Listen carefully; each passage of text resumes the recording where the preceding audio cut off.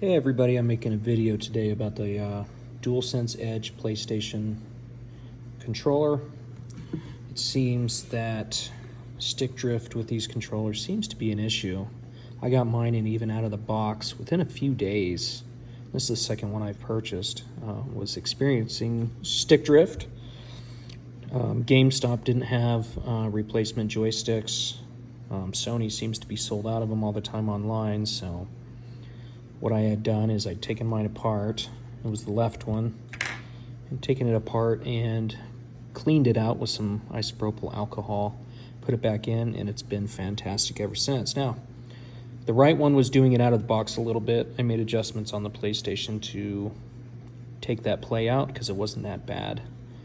But I had recently commented on a video, somebody talking about these, and I said, well, I know how to clean it, at least in my experience, and get it working again. So somebody had asked me to make a video, a little tutorial about how to do that, and that's what this is.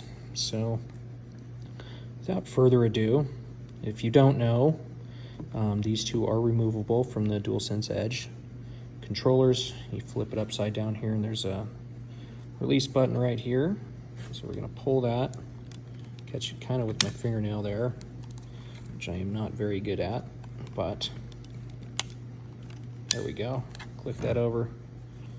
This little front cover comes off, and these are removed by pulling up on these tabs on both sides of the controller. So one for each, and I did accidentally turn it on, so don't mind the flashing there, but we're going to go ahead and pull out the right Joy-Con or joystick, whichever you like to call it. Set the controller aside. Now what you are going to need is it's got three Phillips screws right here. I already took mine out before the video to make sure I still knew what I was doing. I got like a number 1 small Phillips screwdriver. Those come out really easy. Once you get those screws out, mine are right here.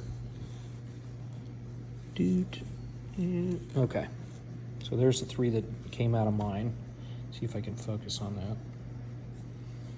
But yeah, just very small Phillips screwdrivers. So once you do that, the next step is this back cover right here is going to start coming loose from the body. Let's see if I can focus a little bit, okay? If you rotate to one side has like nothing here on the side holding it in, but the other side has like a little tab that comes up through the plastic here. If you can kind of see it right there. Let me get that to focus.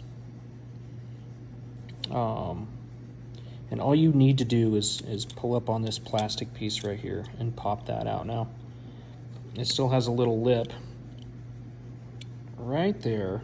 You see that little middle piece popping out right there.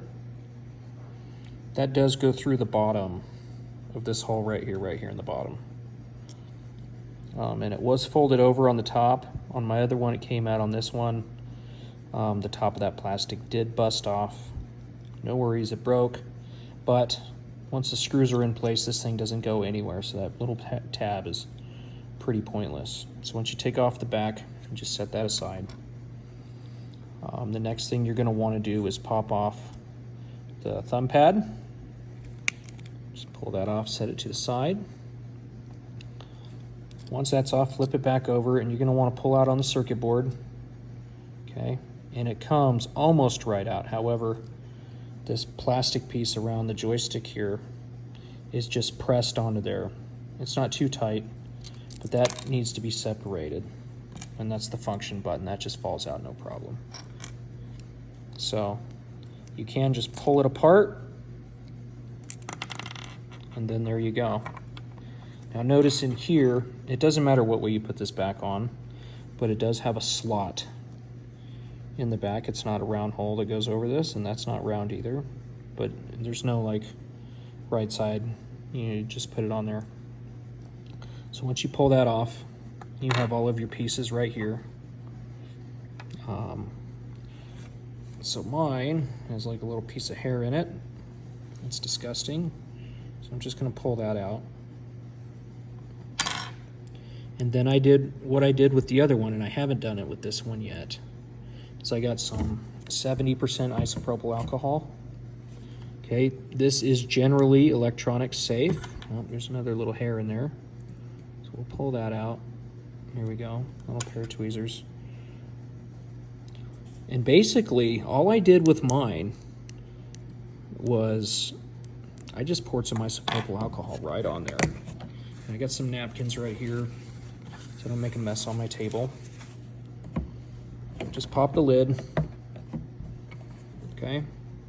And I just poured it right in there.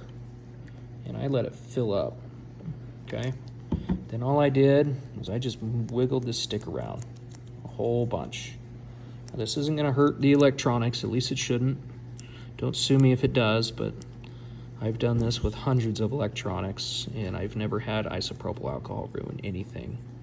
The alcohol evaporates, it displaces water. If you get these wet and they malfunction, and you get to it fast and the water hasn't sat in there, this is also a great fix for that because the alcohol, the rubbing alcohol, is going to displace the water and it's going to make that water evaporate out of there before it causes problems. So we just rub this around a little bit, move it up and down in all directions. Maybe I'll give it one more little rinse. So moving it, hopefully it's grabbing any dirt that's built up in there and it's just kind of washing it out as you move it around. I found this fix works really well. Again, I've only done it one time, but with Sony not keeping a supply of these and GameStop never having them, you know, other than going down and buying a brand new controller when these go down, this is really the only viable option that I know of at this point. So what we're gonna do now is we're just gonna grab us another paper towel here. That's good enough. I've done everything I need to do. And last time I took this out to my garage, to my air compressor, and I blew it out with air, which probably wasn't a great idea because I don't have a water separator on my air compressor, but I blew all the isopropyl alcohol out of there. I put it back in the controller and it worked immediately. Now if you put this back in here wet and you go to play immediately, you might encounter a couple problems if there's still some moisture in there from the alcohol. So best bet, probably blow on it a few times, really let it dry out, or blow it out with a can of air or an air compressor. Mine's still a little wet inside, but to keep the video not from being too long, I'm gonna go ahead and show you what it looks like putting it back together. Dry that up. Okay, so first thing, we are going to drop that middle guard in here where the thumb pad attaches. So you put that on first. Turn this upside down. Make sure that this electrical connector is facing towards this way. It only goes in here one way. And just gently push it in there. Okay? Once that's in there, I like to do the function button second because it likes to fall out. Take your function button, face it, you know, in the correct orientation, and there's a perfect slot in there that these little ears fall right into. Okay? It goes right back into place. Click, make sure it's hitting the button like it's supposed to. That is good to go. Take your little guard. Again, the long side down here is going to line up with the electrical connector. It only goes on one way. Can't mess that up. And you just put it back on, just like that. Now it's all back together. Everything seems to be in order. And then we're going to take our 3 little screws and put them back in. I'm only going to do one because after the video I'm going to take this and blow it out. There's one screw there.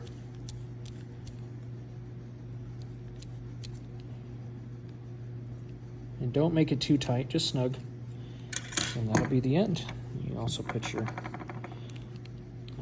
thumb pad back on. If I can get it. It's easier once you put it back in the controller, but slide it back in. Plug it in, push that down, put your thumb pad back on, and all should be well. Good luck. Thank you.